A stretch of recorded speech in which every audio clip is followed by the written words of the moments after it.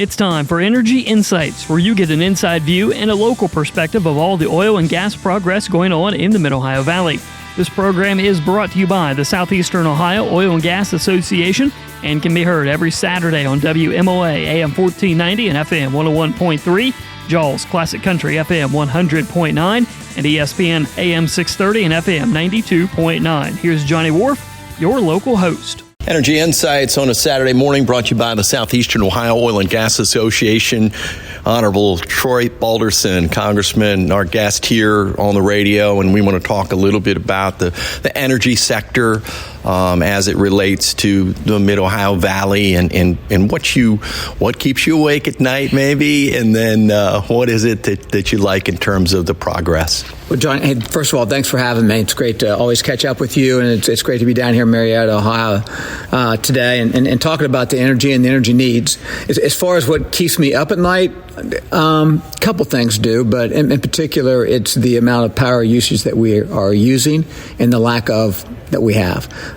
So those are some of the things that we are really looking hard at from a federal level in Congress. And we're working with RTOs, some of the industry around. We're doing a piece of legislation for the interconnector queue, which we introduced last week, talking about this process so we can get more things online. Right now we have a queue that's plugged up with 95% full, only 5%. The majority of those projects are renewable projects, so they're sitting there. And that's not what we need right now. We need that baseload energy right now more than ever here in this country. And, you know, you'll hear studies from economists and people that are involved in this industry also that, you know, we're going to continue to up our usage. AI is talked about a lot, but there's more than AI. We are onshoring our manufacturing facilities back here in the United States. That's going to take more power. So those are the things that I want to make sure we have the availability for our constituents, our residents, our homeowners to when they hit that light switch, those lights are going to come on. Yeah, I really feel like you are connected, and I'm just not just blowing smoke, but connected to the individuals of these small communities. Is it because you're so familiar with the area and something you grew up in? Yeah, I mean, look, I grew up. I'm a child of Appalachian. I'm proud of that. But you know, I've grown up in the energy environment, and I know what it has meant to the Appalachia region. I know what it's meant to my home county, the jobs that it brings, the giving back from producers and from people to the communities. I mean, football scoreboards are up there for reasons, and you know, this industry doesn't brag enough about itself. So, you know, I try to be an advocate for them out there as to what they're doing, but they do it in a responsible way. And that's also the big message that we're trying to convey out there, is that it's done responsibly.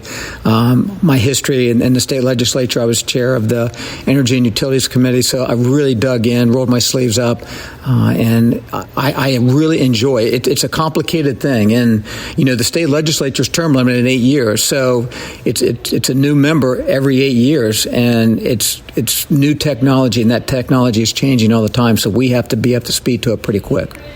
From a personal standpoint, you're still getting out there on the bike and seeing the countryside? As much as possible. Had to have some wrist surgery, so not quite as much as I would like, but there's time for that, and we'll definitely make that happen, because that's one way to get around this beautiful district. All right. Congressman Troy Balderson, our guest. The show is Energy Insights, brought to you by the Southeastern Ohio Oil and Gas Association. So, Congressman Balderson, let's talk a little bit about from an agenda standpoint as a congressman. I've been on the Hill, I've sat in there with you, and there's so many issues out there. How do you prioritize, what's on the forefront? It might change every day, I guess. It's a great question, Donnie. The issues that affect the 12th Congressional District where I represent, those are my top priorities. And energy's in those top three. Making sure that our families can afford the things that they need, the food on their table, the automobiles that they need to keep running. That's important to me. And energy, cheap energy, is a way to do that. And we focus on those things. We want to stay focused on those things. I think we're very blessed. Central Ohio is in a boom right now. There's a lot of things that are happening. And I know the big object might be Intel, what everyone's talking about. But the excitement that you see throughout the district that we represent, manufacturers that have been here for 20, 35 years, they're excited too because they're seeing a lot of the attention come here. So I want to make sure that they hire people. I want to make sure that our workforce is ready for this upcoming. We'll work with our vocational schools and getting our youth involved in this again.